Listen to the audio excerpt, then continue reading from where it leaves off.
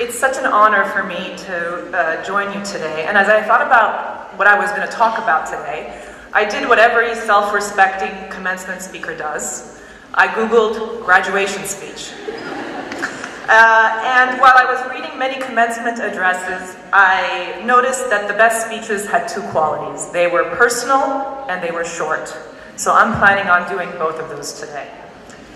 Dear class of 2017, as you prepare to move into the next phase of your life, whether that involves looking for a job, or whether that means you're going to go on to graduate school, or maybe you're going to start your own organization or your own business, regardless of where you're headed, I would like to ask you to make 3 promises today. Not to me or to anybody else in this room, but to yourself. The first promise I'd like you to make is to always sit at the table. Always. When you leave here and throughout your life, you'll encounter people telling you all the things you can't do, all the things you can't achieve, and that you're absolutely going to fail. And what's worse is when that voice ends up being your own and it's in your own head. During my years in school and in the workforce, I witnessed people hold themselves back because they sat at the side of the room instead of at the table, or because they sat in the back rather than in the front, or because they didn't speak up. We've all been this person. I've been that person too. And I remember when I first started law school at Berkeley in 1997, on the first day of classes, I looked around the room and there was a woman who had just returned from Africa. She was working on empowerment of women. There was a guy who had run political campaigns for Bill Clinton. There was a woman who was a classical pianist. There was a guy who had a cheese-making operation. And I remember thinking, there must be a mistake. I don't belong here. I'm just a sheltered Armenian kid who grew up in an Armenian family. And I was just, felt like I had done nothing to deserve to be there. But the thing was, someone somewhere believed that I should be at the table. And there I was. And whether you like it or not, someone somewhere is going to believe that you should also be at the table. So I want you to promise yourself today that you will sit at the table, you will raise your hand, and you will raise your voice. Because your life's journey isn't going to be defined by the days when things were easy, but it's going to be defined by the days when things are hard, really hard. And on the days when you feel most alone, or the times when you see things nobody else sees, and you fear speaking out because how can you really be right? But you speak out anyway, and everyone listens, and in that moment is when you have a real impact. The second promise I would love for you to make today to yourselves is related to how you think about your future.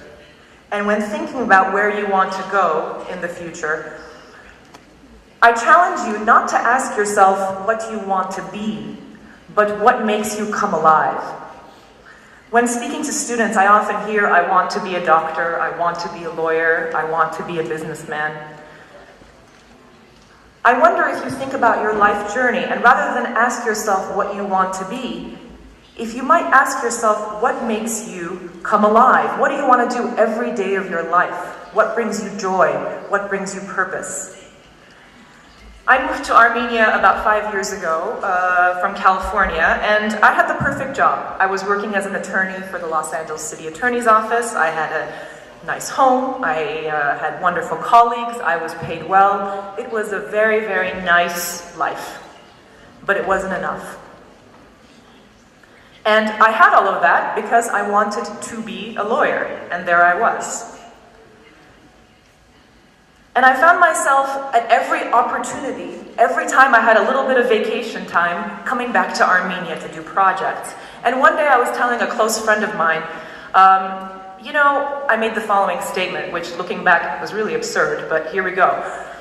I'm just going to do one more project in Armenia, and I'm sure my Armenia phase will end, and I could move on with my life, right? And she kind of tilted her head and looked at me and said, Sara, your work in Armenia is who you are. And if I was like a cartoon character, that light bulb would have gone up, right? Above my head, right? You can see it, it's right here. And ding, that was it. I felt alive, and I knew what I wanted to do. Knowing what makes you come alive is such a gift. It's a gift of freedom. And so I want you to promise yourselves that you will search for it, you will pursue it, you will hunt it down until you find what makes you come alive. And the third and last promise I would love for you to make today is to embrace on a deep level the understanding that Armenia needs you.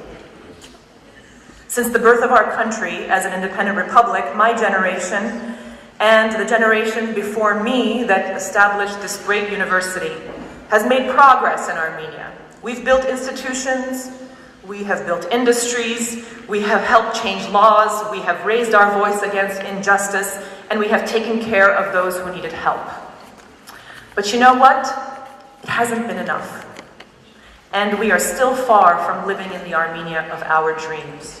So I look at your faces today and I wonder, which one of you is going to fight to alleviate poverty in our country? And which one of you is going to create a healthcare system available for all of our citizens? And who among you is going to create workplaces for thousands of people? And who among you will negotiate a peaceful end to the conflict in Artsakh? Because the thing is, solving these problems is not for the smartest or the richest or the people in power. Solving these problems is for the ones who show up, who sit at the table, and who raise their voice. Solving these problems are for the ones who weren't afraid. When I was doing my mad Googling in an attempt to write this speech, I came across a very interesting commencement speech written by Sheryl Sandberg, COO, Chief Operating Officer of Facebook. And on the wall of her office, there's a quote that reads, "What would you do if you weren't afraid?" It's powerful, right? I see you guys nodding. What would you do if you weren't afraid? And so when you think about your journey, take a moment and ask yourself this question: what would I do if I weren't afraid?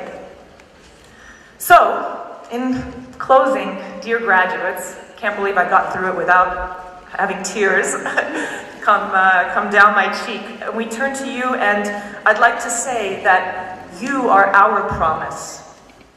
You are our promise for the Armenia of the future, and you are our promise for a more just world. Thank you.